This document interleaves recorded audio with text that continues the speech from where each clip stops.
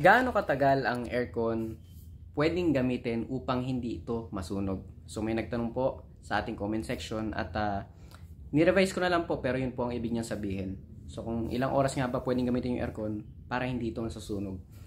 As aircon technician po, magbibigay po ako ng aking opinion tungkol dito. So para sa akin po, ang mga aircon ay hindi naman po basta-basta nasusunog. Kahit na gamitin nyo ng napakatagal.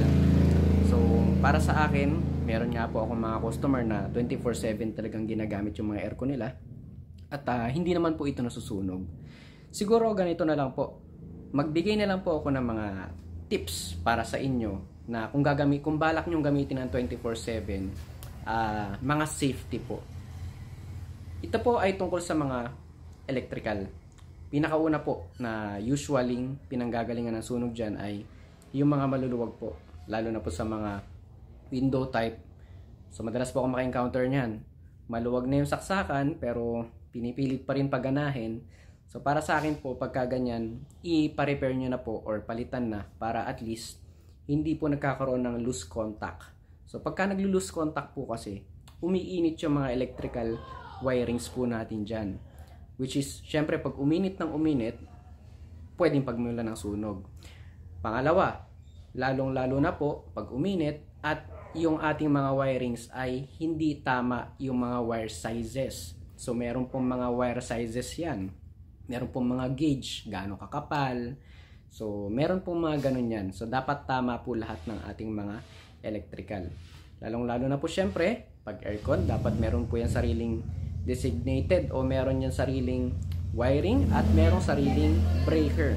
So yun po ang ating mga safety kung balak nyo pong gamitin ng matagal na panahon yung inyong aircon. So hindi po yan basta-basta masusunog. At ang isa ko pang tips po ay huwag nyo na pong isagad yung inyong setting ng thermostat.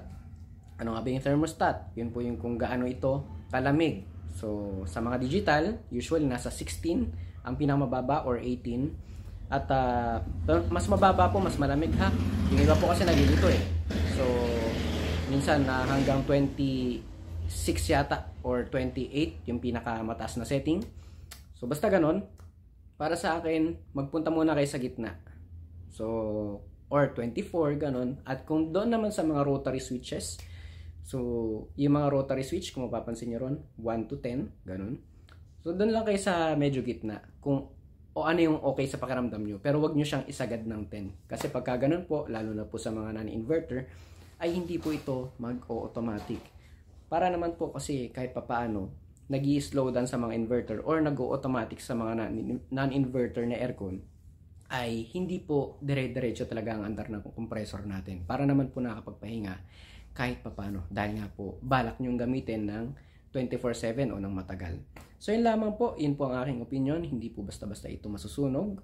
At ihambing ko lamang din po sa mga ref. Ang mga ref po natin, nakasaksak po yan palagi. Kasi mga no frost na rin po, karamihan niya yun. Yung no frost po, yun po yung mga wala na kayong makikitang yellow dyan. So, meron po yan timer at syempre nag-automatic din po yung compressor. Although medyo mas mababa yung amperahe ng ating mga ref.